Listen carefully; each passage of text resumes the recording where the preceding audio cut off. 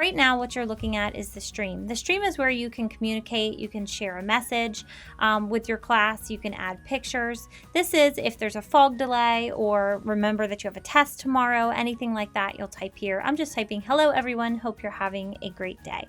And you can choose what class it goes to. If you wanted to add any files like a YouTube link or Google Drive, you would click add right there and just click post.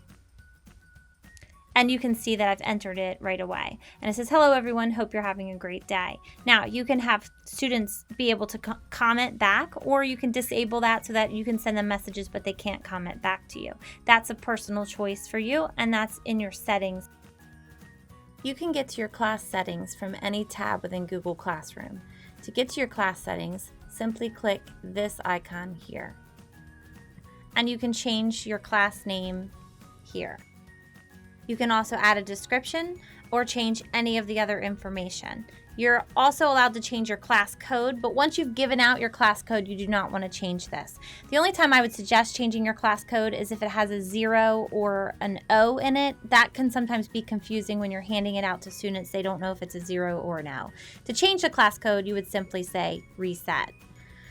Also important in setting up your classroom is to check as to whether or not you want students to post or comment.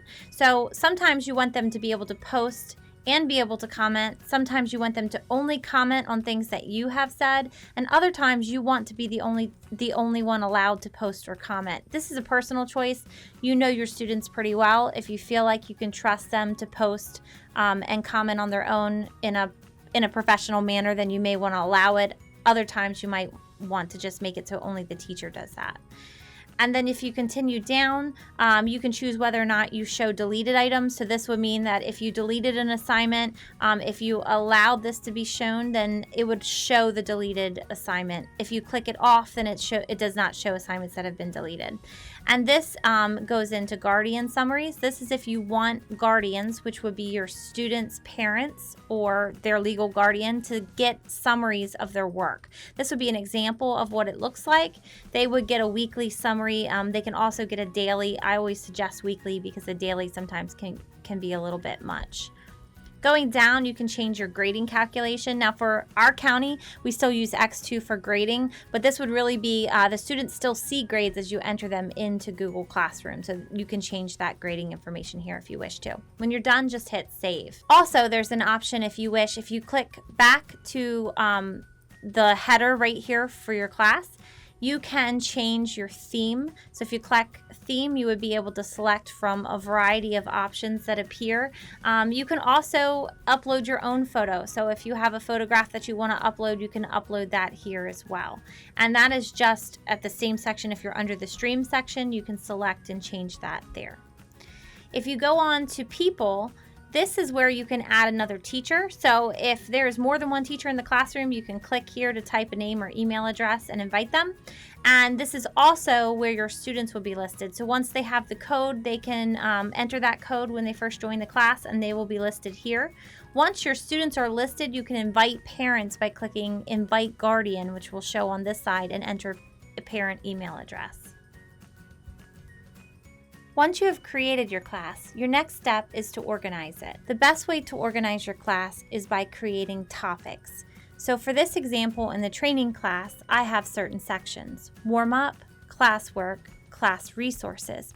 You can name your topics whatever you'd like them to be. To create a topic, you simply click on the blue button with a plus sign that says create, and you choose topic.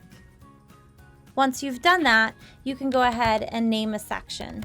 Think of a topic as a tab inside a notebook. Okay, now that I have a homework section, I could create assignments to enter into that section. I will talk about assignments in our next training video. For right now, let's focus on just organizing. There are many ways that you can organize your classroom. Let's look at a different example. In this example, this classroom is organized by date. Some of you will find it more convenient to organize by day rather than to organize by topic.